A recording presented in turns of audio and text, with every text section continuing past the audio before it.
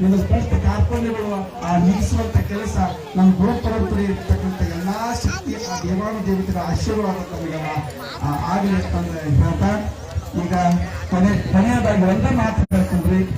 ಯಾಕಂತಂದ್ರೆ ಗುರುಗಳು ಹೆಂಗ ಉಳಿದಪ್ಪ ಅಂತಂದ್ರ ಅವ್ರ ಜೀವನ ಚರಿತ್ರೆ ಹೆಂಗೈತೆ ಅಂತಂದ್ರ 5 ಶಬ್ದದಾಗ ಅಂದ್ರ ಮಠ ಆಗಿದ್ರು ಮಠ ಇಲ್ದಂಗೆ, ಮಠ ಇದ್ರು ಮಠ ಇಲ್ದಂಗೆ, ಪೀಠ ಇದ್ರು ಪೀಠ ಇಲ್ದಂಗೆ, ಭಕ್ತರಿದ್ರು ಭಕ್ತರಿಲ್ದಂಗೆ, ಸದ್ಭಕ್ತರಿದ್ರು ಸದ್ಭಕ್ತರಿಲ್ದಂಗೆ, ಸಂಬಂಧಗಳಿದ್ರು ಸಂಬಂಧಗಳಿಲ್ದಂಗ ಜೀವನವನ್ನು ಕಳೆದ ಯಾರಾದ್ರೂ ಗುರುಗಳು ಎದ್ರಪ್ಪ ಅಂದ್ರೆ ಮಲ್ಲಿಕಾರ್ಜುನ ನಮಗೆ ಬಹಳ ಸಾಕು ಅನಿಸುತ್ತೆ. ಹನುಮಂತ ಮಹಾರಾಜರ ಮಠದಾಗ 5-6 ವರ್ಷಗಟ್ಟಲೆ ಅವ್ರ ಜೀವನ ಕಳೀತಿದ್ರು.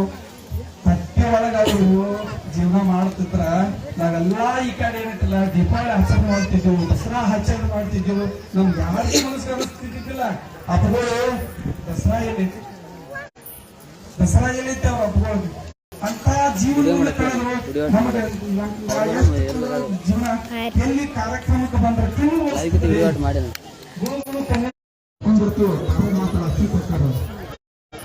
ಅವರು ತಮ್ಮ ಎಂತ ಒಂದು ಕಾರ್ಯಕ್ರಮಗಳು ಬಂದ್ರು ಬಿಟ್ಟಾರ.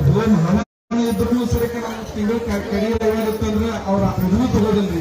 ಇಲ್ರಿ ಅವ್ರ ಅಪ್ಪರ ಎಲ್ಲಾರು ಏನಪ್ಪಾ ಅಂತಂದ್ರೆ ನಮ್ಮ ಕಾರ್ಯಕ್ರಮ ಕೇಳಾರು ನಮ್ಗೆ ಏನಪ್ಪ ಅದನ್ನು ಹೋಮ ಇಷ್ಟು ನಮಗೆಲ್ಲ ಬೆಂಬಲದಾಗ ಅಪ್ಪಾಜಿಗಳು ನಮ್ಮ ಕಾರ್ಯಕ್ರಮಕ್ಕೆ ನಮಗೆ ಬಹಳ ಬಹಳ ಬಹಳ ಬೆಂಬಲದಾಗಿದ್ದಾರೆ. ಅವರು